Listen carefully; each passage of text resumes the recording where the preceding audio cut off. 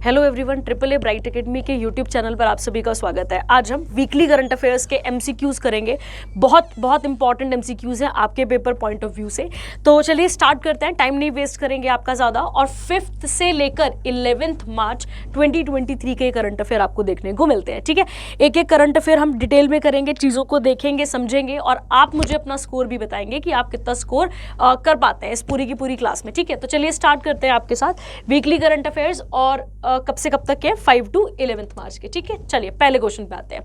कहता है वर्ल्ड्स, अब इंपॉर्टेंट हो गया, देखो कैसे इंपॉर्टेंट होती चीजें, समझो इस बात को। कहता है the world's first 200 metre long bamboo crash barrier. अब समझाऊंगी मैं आपको कि क्या चीजें हैं क्या नहीं है। Bamboo crash barrier named Bahubali has been installed on the Wani Warora highway in Vidarbha. ठीक है, अब ये किस राज्य में है, ये जो सेटअप किया गया है ये किस राज्य में है?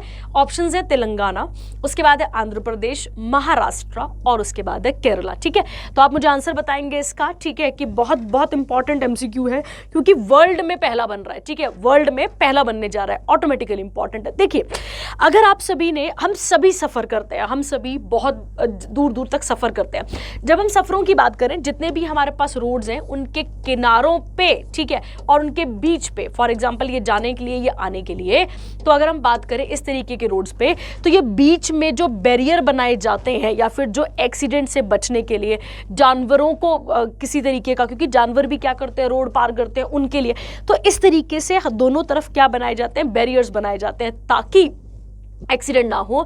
और अगर एक्सीडेंट हो भी जाए, ठीक है, तो इतनी किसी को चोट ना लगे कि किसी की जान का नुकसान ना हो एक तरीके से। ठीक है, ये आप कह सकते हैं वहां पे। तो ये चीजें बनाई जा रही थी और अभी तक जो ये चीजें बन रही थी वो किसकी बना करती थी बच्चे? स्टील की बना करती थी। ठीक है, अब समझिए, स्टील जो है, अगर हम बात करें तो आयरन एंड स्टील इंडस्ट्री के बारे में आपने बहुत सारा सुना होगा। ठीक है, तो स्टील महंगा पड़ता है एज कंपैरिजन टू बैम्बू, अगर हम देखें तो। ठीक है, तो यहाँ पे स्टील एक तो लागत बहुत वो लगती है और एक बार अगर टूट जाए तो भाई काम ही खत्म हो गया, फिर तो वो दोबारा से रिसाइकल होने का काम भी बहुत कम है। किसका? स्टील का।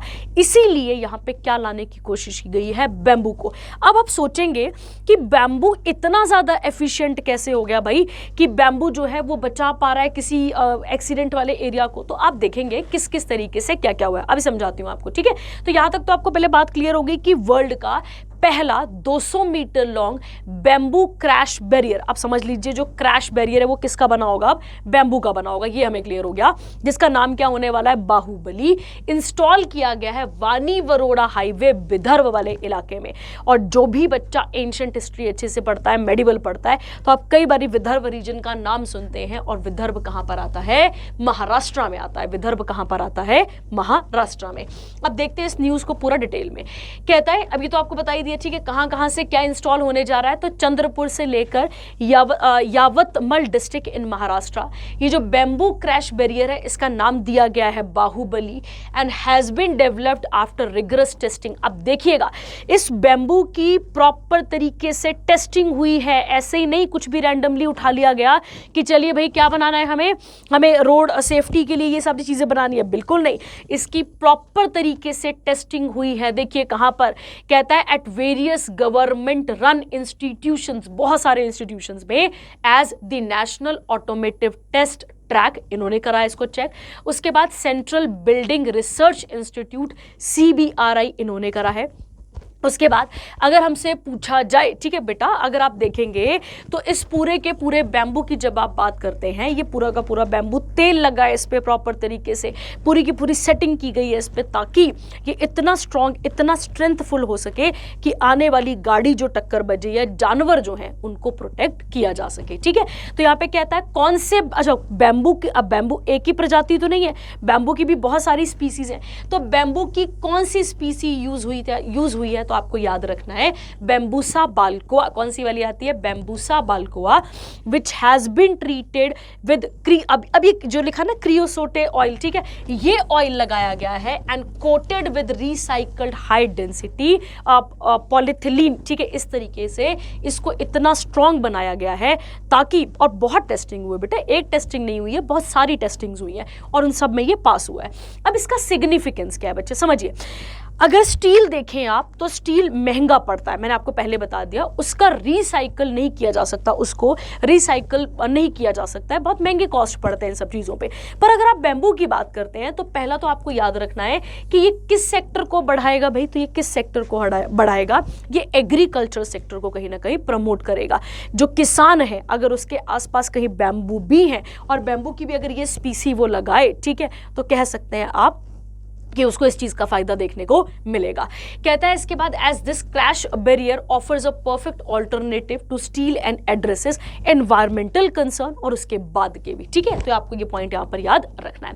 जो बैम्बू क्रैश बैरियर है जिसका नाम दिया गया है बाहुबली, इसको टेस्ट मैंने आपको बताई दिया कहां पर करा था, तो अब ये जो नैट्रेक्स टेस्ट हुआ था, याद करिए, नेशनल ऑटोमेटिव टेस्ट ट्रैक, ये कहां पर हुआ था, पीथमपुर में, इंदौर में, and was rated as Class 1 during the fire rating tested conducted at the Central Building Research Institute in Roorkee. तो क्या एक जगह पे इसका काम हुआ है? बिल्कुल नहीं। इस पूरे अब देखो भाई, सबसे पहले तो बैम्बू की प्रजाति छांटी गई होगी, छांटने के बाद उसको प्रॉपर तरीके से उसकी टेस्टिंग की गई होगी, और टेस्टिंग करने के बाद, और टेस्टिंग भी कहाँ हो रही है, एक इंदौर मध्य प्रदेश में, एक और ये रुड़की उत्तराखंड में, इस तरीके से करने के बाद फिर इस पे कुछ नतीजा लिया गया है। Additionally it has also been accredited by the Indian Road Congress, और इंडियन जो रोड कांग्रेस है उन्होंने भी बिल्कुल इसको परमिशन दे दी है। कहता है रिसाइकलिंग वैल्यू कितनी है इसकी, तो आपको याद रखना है 50 से 70%, और स्टील की अगर हम बात करें तो वो 30 से 50 होती है। ऑब्वियस है ना, अगर आप देखें, और आपने देखा भी होगा, कभी आप हिमाचल के रोड पे गए होंगे या आप शिमला वाले रोड पे जाते हैं तो आपने देखा होगा कि वो स्टील वाला बैरियर बनाया जाता है। अभी तो कुछ टाइम पहले कुछ अलग तरीके से, जैसे वो होते हैं ना ड्रम वगैरह होते हैं, उनको भी इंस्टॉल करा था, वो भी फेल हो गया। तो सरकार इन रोड एक्सीडेंट से बचने के लिए या लोगों को प्रोटेक्ट करने के लिए इस तरीके के स्टेप लेती रहती है। कहते हैं bamboo, the bamboo species used in the making, ये मैंने अभी आपको बता दिया यहाँ पे, और इस पे कौन सा ऑयल लगा हुआ है, क्रिसोटो ऑयल, और क्या किया इसके साथ, इसको रिसाइकल तरीके से बनाया गया है। ठीक है, तो ये बात आपको यहां पर क्लियर रखनी थी। ठीक है, अब थोड़ा सा आते हैं महाराष्ट्र पे। ठीक है, महाराष्ट्र की बात करते हैं थोड़ा सा। महाराष्ट्र से एक बहुत फेमस एक्सट्रीमिस्ट व्यक्ति थे जिनका नाम क्या है आपको सबको पता होगा, और आप सभी अगर हिस्ट्री पढ़ते हैं तो आप सभी को याद होगा। महाराष्ट्र से कौन थे, बाल गंगाधर तिलक। ठीक है, कौन थे, बाल गंगाधर तिलक। और बाल गंगाधर तिलक जी की जब आप बात करते हैं तो इनका निक नेम क्या दिया गया था, इनको निक नेम दिया गया था लोकमान्य। क्या टाइटल दिया जाता है बच्चे ने, लोकमान्य तिलक के नाम से भी जाना जाता है। इन्होंने 2 फेस्टिवल्स ऑर्गेनाइज करे थे, अगर आप सभी को पता हो तो। एक उसमें से है गणपति, और एक आता है बच्चे हमारे पास कौन सा वाला, शिवाजी। कौन सा आता है, एक आता है गणपति और एक आता है शिवाजी। इनकी 2 प्रोमिनेंट अखबारें हैं, जिसमें से एक है केसरी और दूसरी आती है मराठा। दूसरी कौन सी आती है हमारे पास, मराठा। तो आपको याद रखना है इनकी 2 इंपॉर्टेंट न्यूज़पेपर है, केसरी और मराठा। केसरी की बात करें तो ये मराठी भाषा में आया करती थी, और अगर हम किसकी बात करें, मराठा की, तो ये किस भाषा में आती थी, अंग्रेजी भाषा में। याद रखनी है आपको। ठीक है, और ये दोनों की दोनों अखबारें कब चलती हैं, तो ये दोनों की दोनों चलती हैं 1881 में। ठीक है, याद रखेंगे आप। इसी के साथ अगर हम बाल गंगाधर तिलक की बात करें तो बाल गंगाधर तिलक को ही क्या कहा जाता है, बाल गंगाधर तिलक को ही फादर ऑफ, ठीक है, फादर ऑफ अनरेस्ट इंडिया भी कहा जाता है। फादर ऑफ अनरेस्ट इंडिया भी कहा जाता है। किसने कहा था, तो आपको याद रखना है वैलेंटाइन चिरोल ने कहा था। किसने कहा था, वैलेंटाइन चिरोल ने कहा था। किसने कहा था, वैलेंटाइन चिरोल ने कहा था। ठीक है, तो ये कुछ बेसिक पॉइंट आपको क्लियर होने चाहिए बाल गंगाधर तिलक के साथ भी, क्योंकि वो कहाँ से एसोसिएटेड है, महाराष्ट्र से। उसके अलावा अगर हम बात करें यहाँ पे, तो अभी आपने इससे पिछले जो मैंने करंट अफेयर कराए थे वहां पर आपने सुना था कि औरंगाबाद का नाम बदला गया और क्या रखा गया था, शांबाजी नगर। याद है ना, शांबाजी। ठीक है, शांबाजी कौन है यहाँ पे, तो शिवाजी के बेटे शांबाजी, जो आपने पिछले करंट अफेयर में करा था, उसी से रिलेटेड ये करंट अफेयर है, तो आपको यहाँ पे इसको भी याद रखना है। ठीक है, महाराष्ट्र की बात करें तो महाराष्ट्र में बहुत इंपॉर्टेंट नेशनल पार्क है। जैसे अगर हम बात करें कौन कौन सा है, टडोबा है, चंदोली है, संजय नेशनल पार्क है। ठीक है, ऐसे बहुत प्रोमिनेंट कहाँ मिलते हैं आपको, नेशनल पार्क भी आपको कहाँ मिलते हैं, महाराष्ट्र में। उसके बाद अगर हम बात करें तो महाराष्ट्र की अगर हम बात करें तो इस तरीके से अगर आप मैप को देखें तो यहाँ कहीं महाराष्ट्र आता है, और महाराष्ट्र की कैपिटल हम क्या देखते हैं, बॉम्बे, और जिसको हम मुंबई भी कहते हैं, आज हम मुंबई कहते हैं उसको। ठीक है।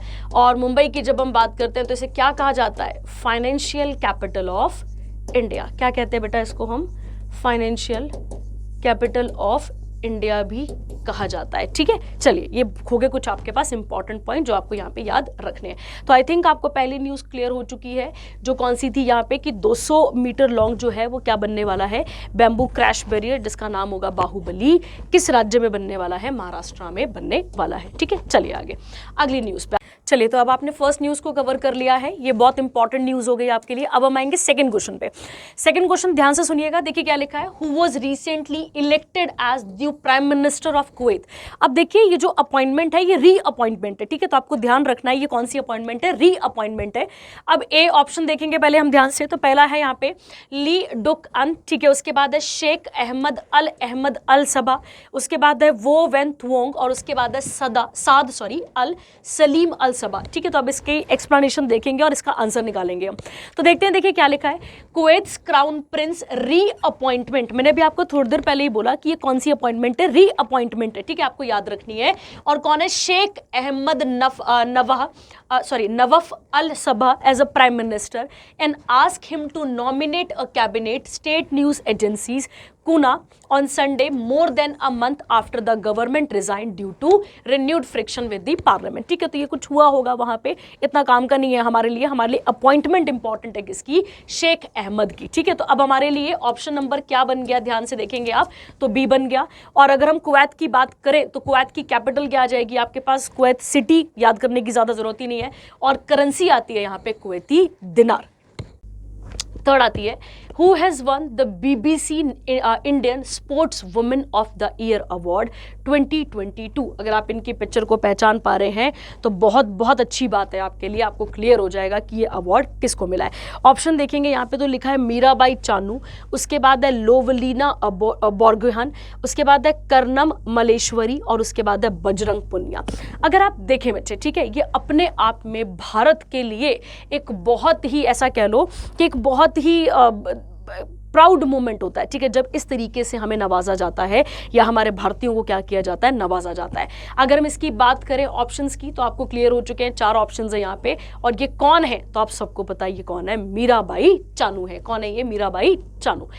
टोक्यो, अब कहाँ पर हुए ये वाले, तो आपको याद रखना है Tokyo Olympic games silver medallist कौन है ये, साथ में वेट लिफ्टर है Mirabai Chanu, has bagged the 2022 BBC Indian sports women of the year award after a public vote and the 28-year-old weight lifter from, अब किस राज्य से बिलोंग करती है, क्वेश्चन देखिए कैसे आ गया, मणिपुर। तो मीराबाई मणिपुर से हैं, मीराबाई मणिपुर से हैं, याद रखेंगे आप। And became the first athlete जिनको इससे क्या किया गया है, नवाजा गया है। BBC इंडियन स्पोर्ट्स वुमेन की अगर हम बात करें तो ये कब लॉन्च किया गया था, 2019 में, ताकि किसको यहाँ पे तवज्जो दी जाए, sports women in India who have been their mark on the world stage. तो देखिए बेटा, अगर कोई भी व्यक्ति सफल होता है तो उसकी सफलता के पीछे एक कारण नहीं हो सकता है, मल्टीपल है, ठीक है। तो आप देखेंगे मीराबाई ने बहुत ज्यादा क्या करा है, स्ट्रगल करा है, और स्ट्रगल करने के बाद इस स्टेज पे यहाँ पर ये पहुंची हैं। अब अदर अवार्डीज कौन कौन है यहाँ पे, तो आपको देखना है, देखिए कौन कौन है। Table tennis player Bhavina Patel won the BBC para sports women year award, याद रखेंगे आप इनको भी। इनको क्या मिला था, silver at the 2022 para Olympics in Tokyo में, और ये पहली इंडियन पैडलर हैं to achieve the feat. Bhavina also won the gold at the 2022 Commonwealth Games. तो आपको इनका नाम भी याद रखना है, टेबल टेनिस प्लेयर आ गई। उसके बाद है फॉर्मर कैप्टन किसकी, इंडियन वुमेन्स हॉकी टीम की, जिनका नाम है Pritam Siwach, was conferred as the BBC life time achievement award. इनको कौन सा मिला है बच्चे, लाइफ टाइम अचीवमेंट मिला है। क्यों, क्योंकि इनका किस पे कंट्रीब्यूशन है, इंडियन स्पोर्ट्स पे, और बाकी जनरेशंस को, अपनी जनरेशन को, या ऐसा कह लो आगे वाली जनरेशन को मोटिवेट करना, किसके लिए, एज इंस्पायर करना एज अ प्लेयर। सिवाच की अगर हम बात करें तो ये पहली हॉकी कोच भी रही हैं जिनको द्रोणाचार्य अवार्ड भी दिया गया। और आप सबको पता है द्रोणाचार्य अवार्ड गेम्स की फील्ड में अगर हम बात करें तो ये किसको दिया जाता है, कोचेस को दिया जाता है, ये आपको याद रखना है। और ये कौन सा अवार्ड है, नेशनल अवार्ड है। उसके बाद बात करें अगर हम लोग यहाँ पे बॉक्सर कौन है, नीतू घनघस, इनको क्या बनाया गया है, BBC emerging player of the year. ठीक है, इनको she is the 2 time youth world champion और एंड कॉमनवेल्थ गेम की मेडलिस्ट भी रही हैं। 2022 का कॉमनवेल्थ गेम इन्होंने जीता था, किस कैटेगरी में, तो मिनिमम वेट की कैटेगरी में। ठीक है, अगला, the women lawn ball team of Lovely Choubey, Rupa Rani Tirkey, Pinky और नयन मोनी शिकाय जो है was won the gold at the 2022 Commonwealth में। India's first ever medal in the sport was given in the BBC change maker of the year award. तो आप देखेंगे किस किस को किस किस फील्ड में मिला है। मैं एक बार आपको रिकॉल करा दूं, देखो अगर बोलेगा BBC Indian sports women of the year, तो मीराबाई चानू आ गई आपके पास। ठीक है, अभी आपने पढ़ा, इसके बाद ये हो गया क्लियर आपको। उसके बाद बबीना पटेल को किस चीज़ के लिए मिला है, पैरा स्पोर्ट्स वुमेन के लिए मिला है। उसके बाद आप बात करते हैं बीबीसी लाइफ टाइम किसको मिला है, तो प्रीतम जी को मिला हुआ है। नीतू घनघस को कौन सा मिला है, एमर्जिंग प्लेयर के लिए मिला है। और उसके बाद लवली, रूपा, पिंकी, ऐसे याद रखो ना, लवली, रूपा, पिंकी और नयन। ठीक है, ऐसे याद रखो, लवली, रूपा, पिंकी के नैन बहुत अच्छे हैं। ठीक है, तो इनको क्या बोला है, BBC change maker of the year बोला है। ठीक है, तो आप देखेंगे बेटा, तभी आप याद कर पाएंगे।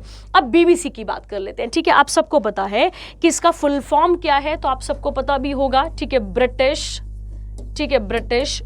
ब्रॉडकास्टिंग, क्या है इसका full form, British broadcasting corporation. क्या है इसका full form, British broadcasting corporation. ठीक है, अब याद रखना है आपको कि हमारे इंडिया का तो नहीं है बीबीसी वाला। ठीक है, ये कहाँ का है, तो आपको याद रखना है यूके का है, और इसीलिए इसके हेडक्वार्टर यूके लंदन में हमें देखने को मिलते हैं। इसके डायरेक्टर जनरल कौन है, तो थिमोथी डॉगलस। ठीक है, डॉगलस याद रखो, इतना याद रहेगा आपको। और बीबीसी कब स्टैब्लिश हुआ था, 18 अक्टूबर 1922 को इसको क्या किया गया था, स्टैब्लिश किया गया था। ठीक है, तो अगर हम बीबीसी की बात करें तो ये ब्रॉडकास्टर किसका है, इंडिया का तो नहीं है, खैर ये कहाँ का है, यूके का है। ठीक है, तो उनका नेशनल चैनल हो गया ना एक तरीके से। ठीक है, ये बातें आपको यहाँ पर क्लियर रखनी थी। ठीक है, चलिए आगे आते हैं फोर्थ न्यूज पे। SS Dubey took charge as the new controller general of accounts, he is the dash officer to hold the position of CGA. अब समझिए बच्चे यहाँ पे। ठीक है, एक आप पढ़ते हैं कैग को, कौन होता है कैग, जरा मुझे बताइएगा, क्या कहते हैं कैग को हम, कैग को हम कहते हैं comptroller auditor journal of India. अगर आप सभी को पता हो क्या कहा जाता है इसे कहा जाता है comptroller auditor journal of India, जिन्हें हम क्या कहते हैं, गार्जियन ऑफ, क्या कहते हैं इनको हम, गार्जियन ऑफ पब्लिक पर्स। क्या कहा जाता है इन्हें, गार्जियन ऑफ पब्लिक पर्स इन्हें बोला जाता है। ये बात कर रहे हैं हम कैग की। अब कैग के अलावा भी एक और है जिस पोस्ट का नाम क्या है, सीजीए। अब समझिए बच्चे, कैग जो है वो कॉन्स्टिट्यूशनल पोस्ट है, सीजीए जो है वो कॉन्स्टिट्यूशनल पोस्ट नहीं है, याद रखेंगे। ठीक है, ये बात आपको क्लियर रखनी है। तो पहले ऐसा होता था कि जो अकाउंट है, मतलब अकाउंट और जो ऑडिट है, जो पहले एक अकाउंट हो गया, ठीक है, और जो ऑडिट का काम है वो क्या करते थे, वो सारे लोग मिलके किया करते थे। कब से पहले, 1976 से पहले। पर बाद में 1976 में इन कामों को अलग अलग किया गया। अब कैग साहब क्या संभालते हैं, अकाउंट का। और अगर हम बात करें ऑडिट वाला, सॉरी, अकाउंट का काम संभालते हैं कौन अपने पास, सीजीए। और ऑडिट की अगर हम बात करें तो वो कौन है अपने पास आते हैं, कौन यहाँ पे, कैग आते हैं। ठीक है, अब ये कौन से नंबर के बने हैं, आइए इस क्वेश्चन पे भी डिस्कस कर लेते हैं। ठीक है, आइए, कहता है एसएस दुबे जो है वो नए सीजीए बने हैं, और कौन से नंबर के, तो भाई 28th क्या आंसर बन गया आपके पास यहाँ पे, सी। ठीक है, सीजीए बने हैं। और आगे कहता है prior to that Dubey has served as a chief controller of account in ministry of housing and urban affair. उसके अलावा department of industrial policy and promotion. उसके अलावा अगर हम बात करें कंट्रोलर और deputy controller of account in the ministry of environment forest. उसके बाद है ministry of external affair, department of revenue, department of supply. अब ये भी वही बात आ गई ना, एक ही दिल है भाई साहब, कितनी बार जीतोगे, इतनी जगह पे इतना काम किया हुआ है। ठीक है, and was in charge of budgeting account, payment, internal audit, etc. He also served as financial advisor and chief account officer in Bank Note Press, Dewas. ठीक है, तो ये बात आपको यहाँ पर याद रखनी है। उसके बाद आता है, अगर हम सीजीए की बात करें तो कौन होते हैं ये, तो ये एक एडवाइजर होते हैं, किसके, सेंट्रल गवर्नमेंट के। और मैंने अभी आपको बताया किस मेथड में होते हैं, अकाउंटिंग में, क्योंकि ऑडिट में तो कौन बैठे हैं, कैग ना, ऑडिट में कैग है। उसके बाद आता है यहाँ पे CGA is responsible for establishing and managing a technical sound management accounting system।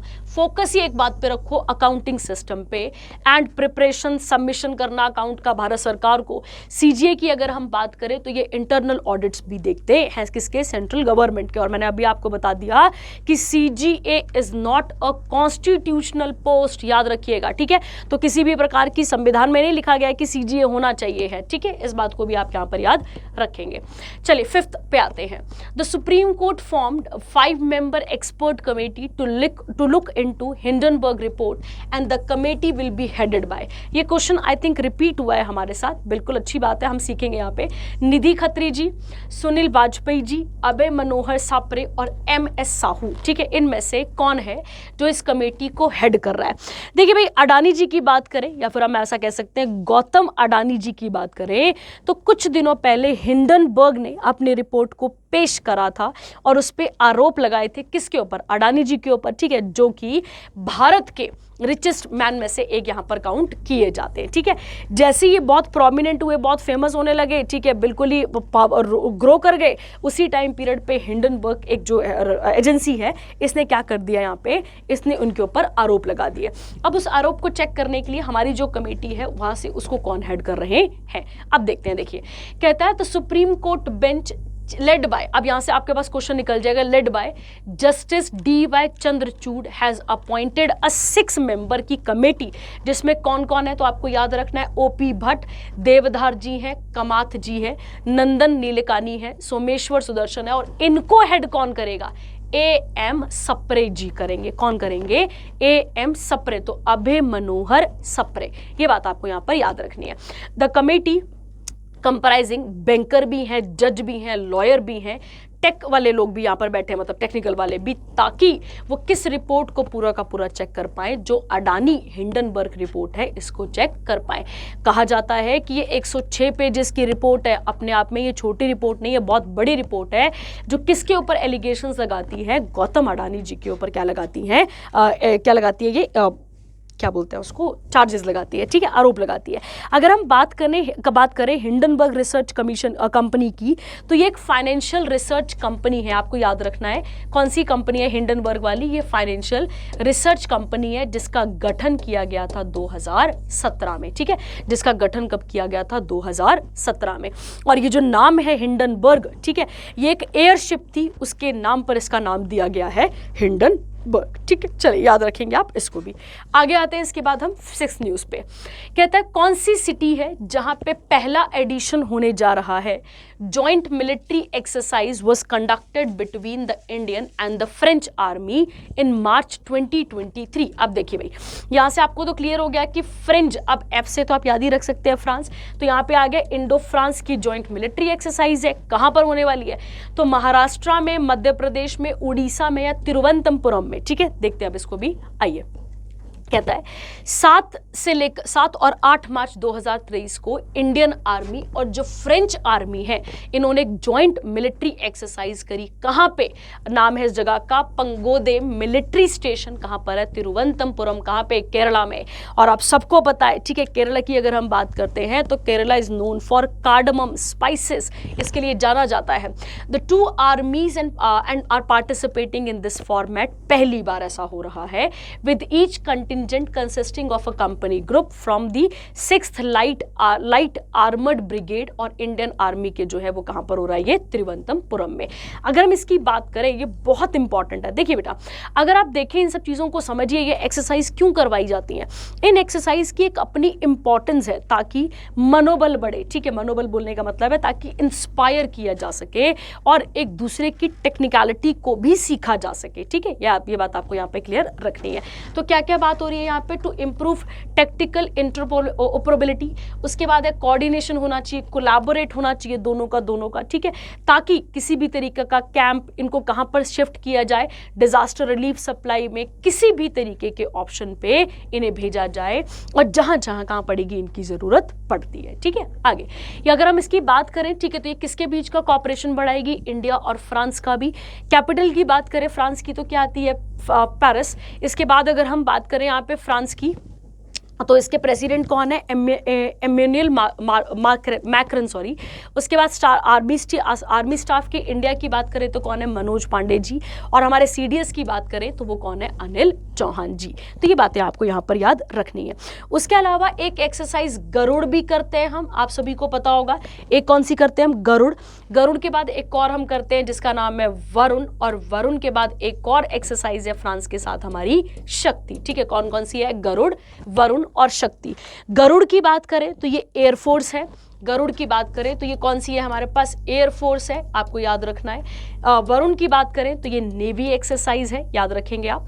और शक्ति की बात करें तो ये एक आर्मी एक्सरसाइज हमें देखने को मिलती है। ठीक है, तो गरुड़, वरुण और शक्ति भी है। ठीक है, और उसके अलावा भी कौन सी हुई है? ये फ्रिंजेक्स कहां पर हो रही है? तिरुवनंतपुरम में। ठीक है, चलिए 7th आती है आपके पास न्यूज। कहते हैं नेम द पर्सनालिटी जो कि दूसरी बार CM बने हैं, कहां के? त्रिपुरा के, दूसरी बार। अब कौन कौन है वो? आदित्य पुरी, मानिक शाह, उसके बाद है शशिधर जगदीशन और कायजादा बरूटा। ठीक है, तो आप देखेंगे यहाँ पे कौन बने हैं। ठीक है, आप सबको पता है कि चुनाव के दिन फिर से आ रहे हैं। ठीक है, हर राज्य का गठन अलग अलग है, हर राज्य की विधानसभाएं अलग अलग बनती हैं, जिसके कारण हर टाइम हर जगह पे इलेक्शंस जो है वो अलग अलग टाइम पीरियड पे होते हैं। तो अभी कहाँ पर इलेक्शन हुए हैं? त्रिपुरा में, देखेंगे। तो मानिक शाह जो है वो 13वें प्रधानमंत्री नहीं, आई एम सो सॉरी, तीसरे मुख्यमंत्री बने हैं। कहाँ? 13वें मुख्यमंत्री बने हैं, कहाँ के? त्रिपुरा के। ठीक है, याद रखना है आपको। After the BJP clinched a victory in the February 16 assembly polls, 8 other ministers were sworn. Governor Satyadev, अब देखो आपको यहाँ से एक और क्वेश्चन मिल गया। तो यहाँ पे गवर्नर कौन है? Satyadev Narayan Arya administer the oath of office and secrecy to Mr Shah. आप सबको पता है कि हमारे जब हम संविधान पढ़ते हैं तो हम पढ़ते हैं कि हर एक कॉन्स्टिट्यूशनल पोस्ट को एक प्रकार की शपथ लेनी है। अगर हम उस शपथ की बात करें तो उसमें से कुछ लोग ऐसे होते हैं जो ऑफिस ऑफ सीक्रेसी की ओथ खाते हैं। वो कौन होते हैं? हमारे देश पे, हमारे राज्यों में कौन होते हैं? मुख्यमंत्री होते हैं, प्रधानमंत्री होते हैं। उनको ओथ तो खानी होती है, साथ में सीक्रेसी की ओथ भी खाते हैं। सीक्रेसी क्यों? क्योंकि बहुत सारे ऐसे मैटर्स होते हैं जो वो अपने तक ही सीमित रखते हैं।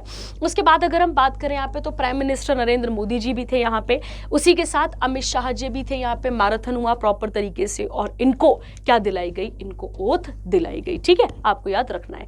उसके बाद अगर हम बात करें त्रिपुरा की भी, तो त्रिपुरा की कैपिटल क्या आ जाती है आप सबके पास? आप सबको पता है त्रिपुरा की कैपिटल कौन सी आती है भाई? अगरतला, सबको पता है इसके बारे में। ये एक नॉर्थ ईस्टर्न स्टेट है, सबको पता है। आप सभी को यहाँ पे क्लियर है कि कौन सा स्टेट है ये? हमारे पास नॉर्थ ईस्टर्न स्टेट है। अगर हम इसके बारे में बात करें तो ये किस किस के साथ अपना बॉर्डर शेयर करता है?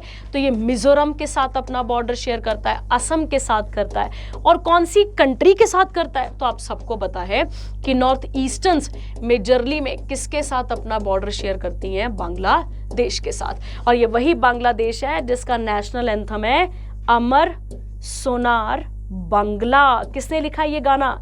ये गाना लिखा है रविंद्रनाथ टैगोर ने। किसने लिखा है ये गाना? लिखा है रविंद्रनाथ टैगोर ने। कौन सा वाला?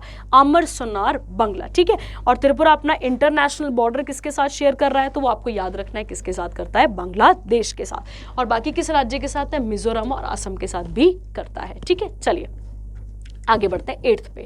Who is the PM of Australia who visited India recently? आप सभी अगर करंट अफेयर पढ़ते हैं तो आप सभी को आइडिया होगा कि पिछले कुछ दिनों पहले, पिछले मतलब इसी साल में स्टार्टिंग में कुछ दिनों पहले आप एक न्यूज़ सुन रहे थे कि खालिस्तान के नारे ऑस्ट्रेलिया में बार बार लग रहे थे। ठीक है, जहाँ पे कुछ कम्युनिटी ने किसी और कम्युनिटी को हर्ट करा था, आपने देखा होगा वो न्यूज़। ठीक है, उसके बाद की अगर हम बात करें तो यहाँ पे ऑस्ट्रेलिया के प्रधानमंत्री कहाँ पर पहुंचे हैं? भारत पहुंचे हैं। ऑप्शन देख लेते हैं। केविन रूड, बी की बात करें टॉनी अबॉट, एंथनी एल्बनीज, उसके बाद स्कॉट मॉरिसन। ठीक है, देखते हैं इनमें से कौन है जो अभी यहाँ पर प्रधानमंत्री जो है वो विजिट करा था इन्होंने। बात करते हैं ऑस्ट्रेलियन प्राइम मिनिस्टर जिनका नाम क्या है? Anthony Albanese. ठीक है, ये जो आए थे 4 दिन की विजिट के लिए आए थे, और 8 मार्च के आसपास हमारे पास होली थी, तो होली का पर्व भी इन्होंने हमारे साथ मनाया। ये यहाँ पे रहे। ये एक तरीके की बायलेटरल एंगेजमेंट है। ठीक है, अगर हम इसके बारे में बात करें, जिसमें trade, investment, critical minerals generals, इन सब के बारे में बात की गई है। और आपको याद रखना है बच्चे कि ये क्यों बुलाए गए हैं, क्योंकि अब ये उस मुद्दे को मत जोड़िएगा, ये क्यों बुलाए गए हैं आप ऐसे समझ सकते हैं क्योंकि इंडिया ऑस्ट्रेलिया का मैच था, ठीक है। इंडिया ऑस्ट्रेलिया का कौन सा मैच था? टेस्ट मैच था, और वो कहाँ पर हो रहा था? नरेंद्र मोदी स्टेडियम में। तो वहाँ पर ये यहाँ पर आए थे, ठीक है। आप एट द इन्विटेशन ऑफ प्रधानमंत्री Narendra Modi, prime minister Anthony यहाँ पर पहुँचते हैं, और कितने दिनों के लिए आए थे? 4 दिनों के लिए, 8 से 11 यहाँ पर रहे। और इनका वेलकम कौन सी अफेयर ने करा? तो मिनिस्ट्री ऑफ एक्सटर्नल अफेयर ने। मिस्टर मोदी जी की बात करें, और अगर हम एल्बनीज की बात करें तो इन्होंने एनुअल सिस्टम समिट पे बात करी, कॉपरेशन इंडिया और ऑस्ट्रेलिया के बीच में, ताकि रीजनल ग्लोबल इश्यूज जो है म्यूचुअल इंटरेस्ट से क्या किए जाएं, सॉल्व किए जाएं, ठीक है। तो आपको याद रखना है। और आपको याद होगा इन्हीं की एक यूनिवर्सिटी है जिसका नाम क्या है? डाइकन, पढ़ी थी आपने पिछली करंट अफेयर में, ठीक है। ये यूनिवर्सिटी कहाँ ओपन होने जा रही है? याद है ना, गुजरात गांधीनगर में। कहाँ की है ये यूनिवर्सिटी? तो आपको याद रखना है ये ऑस्ट्रेलिया की ये यूनिवर्सिटी है जो कहाँ ओपन होने वाली है? हमारे भारत के गुजरात में। कौन सी यूनिवर्सिटी है भाई? तो ये पहली फॉरेन यूनिवर्सिटीज़ हैं जो इंडिया में सेटअप होने जा रही हैं। आपको याद होगा, आपने करंट अफेयर अच्छे से पढ़ा है। तो आगे आते हैं नेक्स्ट न्यूज़ पे। Name the personality who has recently sworn in as the CM of Nagaland. तो कुछ इलाकों पे अभी अभी क्या हुए? इलेक्शंस हुए हैं। अच्छा मुझे ये बताइए, हम इलेक्शन डे कब मनाते हैं? ठीक है, मुझे बताइएगा अभी कौन कौन है नागालैंड में। तो यहाँ पे नाइफ्यू रियो, उसके बाद है CK संगमा, रामचंद्र पाल और स्कॉट मॉरिसन, ठीक है। देखते हैं यहाँ पे, अब देख लेते हैं यहाँ पे कौन कौन आते हैं। नेफ्यू रियो की बात करें तो ये नेशनल डेमोक्रेटिक प्रोग्रेसिव पार्टी के हैं, और इन्होंने क्या बने हैं यहाँ पे? 5th CM बने हैं कहाँ के? नागालैंड के। Governor La Ganesan gave the 72-year-old lawmaker the oath of secrecy. अब आप सबको पता है जितने भी CM होंगे वो कौन सी ओथ खाते हैं? सीक्रेसी की ओथ खाते हैं। Mister Rio is serving his 5th term and 2nd consecutive term as a leader. The deputy CM of Nagaland, जिनका नाम क्या है यहाँ पे? अब ये नाम बड़े अजीब है ना, तदीतितौ रंगकौ जिलियांग, ठीक है, अभी आप पढ़ लेंगे। टुकोथेस कोहिमा, ठीक है, ये आगे है यहाँ पे, आपको याद रखना है। अगर हम इसकी कैपिटल की बात करें तो कोहिमा, फ्लावर की बात करें तो रोहोडोडेंड्रोन। अगर आपको पता हो तो आप मुझे बताएंगे रोहोडोडेंड्रोन और किस राज्य का स्टेट फ्लावर है। उसके अलावा अगर हम बात करें बर्ड की तो ब्लाइथ ट्रेगोपैन आ जाएगा, और ट्री की बात करें तो एल्नस नेपालेनेसिस, ये आ जाएगा इसका प्लांट, ठीक है, ट्री आ जाएगा। तो आपको याद यहाँ पे रखना है नागालैंड के बारे में भी, ठीक है। चलिए, और नागालैंड में मोस्टली कौन सी ट्राइब थी? नागा ट्राइब थी, आप सबको पता है। और इसको भी भारत में मिलाना इतना आसान नहीं था जब भारत का क्या किया जा रहा था? पुनर्गठन किया जा रहा था। आगे आते हैं, नेम द पर्सनालिटी। अगेन एक और CM बने हैं कहाँ के? मेघालय के। देखते हैं इनमें भी सेम ऑप्शन है आपके पास, बस एक नाम चेंज है यहाँ पे। हेमंत बिस्वा शर्मा, रामचंद्र पाल, CK संगमा और नेफ्यू रियो, ठीक है। अब देखते हैं भाई मेघालय के कौन बने हैं। देखिए मेघालय की जब हम बात करते हैं तो मेघालय में 2 इंपॉर्टेंट प्लेसेज हैं। एक आप सभी को पता होगा, एक आती है हमारे पास कौन सी? चेरापूंजी, ठीक है। एक आती है कौन सी वाली? चेरापूंजी। और एक आती है बच्चे माइसिन राम, सुना होगा आप सभी ने। एक कौन सी आती है? माइसिन राम की अगर हम बात करें, ठीक है। ये दोनों जगहें ऐसी हैं, वैसे तो अभी जो वेटेस्ट प्लेस चल रही है वो माइसिन राम चल रही है, बट अगर आप बात करें ये दोनों के दोनों गांव जो हैं, ये दोनों के दोनों एरिया जो हैं, यहाँ पे बारिश का बड़ा फ्लक्चुएशन रहता है, जिसके कारण इनमें से एक किस कैटेगरी में गिर जाती है? इनमें से एक किस कैटेगरी में गिर जाती है? वेटेस्ट प्लेस ऑफ इंडिया की कैटेगरी में गिर जाती है, ठीक है। अगर हम मेघालय की बात करें तो यहाँ पे 3 इंपॉर्टेंट ट्राइब्स हैं। कौन कौन सी हैं? ट्राइब है और हिल्स हैं। तो एक है गारो, ठीक है, खासी और जंतिया। गारो, खासी और जंतिया, ठीक है। तो ये बात आपको यहाँ पर क्लियर रखनी है, ठीक है। गारो, खासी और जंतिया। तो आप देखेंगे ये 3 हिल्स भी हमें कहाँ देखने को मिलती हैं? मेघालय में ही देखने को मिलती हैं, ठीक है। अब आते हैं जरा न्यूज़ की तरफ। देखिए क्या लिखा है, कहता है Conrad Kongkal Sangma was sworn in as Meghalaya CM, और कब? For the 2nd successive term in the presence of prime minister Narendra Modi. यहाँ पे गवर्नर कौन है? फागू चौहान, जो यहाँ पे कौन है? अभी यहाँ पर गवर्नर हो गए। इन्होंने क्या दिलाया इनको? ओथ दिलवाई है। बिल्कुल, हमेशा गवर्नर ही ओथ दिलाते हैं। किसको दिलाते हैं भाई साहब? CM जी को, ठीक है। इसके बाद आपको याद रखना है, अलॉन्ग विद हिज 2 डिप्यूटीज प्रेस्टोने टाइनसोंग, उसके बाद है सानिवा भलंदधार एंड 9 अदर मिनिस्टर। संगमा की अगर हम बात करें तो ये साउथ तुरा कॉन्स्टिट्यूएंसी से आते हैं with a margin of 5016 against Bharatiya Janata Party Bernard N Marak as per the data shared by the election commission of India on March 2। अभी इतना कुछ इंपॉर्टेंट नहीं है, आपको नाम याद रखना है। शिलोंग राजधानी आ जाएगी, सबको पता है। और अगर हम बात करें कोनार्ड कोंकल संगमा जी की, तो ये सीएम हो गए, और गवर्नर कौन है यहाँ पे, फागू चौहान। ठीक है, तो ये बात आपको यहाँ पर क्लियर रखनी थी, और यहाँ से हमारे पास ये करंट अफेयर का सेशन खत्म हो जाता है। आप मुझे बताएंगे, एक डांस है जिसे कहा जाता है चीरो डांस। ठीक है, ये चीरो डांस कहाँ का है भाई, ये आप मुझे बताएंगे कहाँ का है, बट ये बैम्बू डांस है। ठीक है, अब बैम्बू हमने डिस्कस करा ना अभी थोड़ी देर पहले, तो आप मुझे बताएंगे कि बैम्बू डांस ये कहाँ का है, आप मुझे बताएंगे इस क्वेश्चन के बारे में। साथ में आप मुझे बताएंगे कि सीएम का कौन सा आर्टिकल है, सीएम कौन सी आर्टिकल पे है, और गवर्नर का कौन सा आर्टिकल है। मैं आपको पिछले लेक्चर्स पे बता चुकी हूँ कि पहले तो आप मुझे ये बताएंगे डांस वाला, फिर आप मुझे बताएंगे कि सीएम का आर्टिकल कौन सा है, और साथ ही साथ गवर्नर का आर्टिकल कौन सा है। ठीक है, चलिए, तो ये थे आपके पास कुछ इंपॉर्टेंट करंट अफेयर्स जो यहाँ पे कंप्लीट हो जाते हैं, उनके एमसीक्यूज। आई होप आपको यहाँ तक चीज़ें समझ में आई होंगी, क्लियर हुआ होगा आपको। अगर कोई डाउट रहेगा तो आप पूछ सकते हैं। Thank you, have a nice day.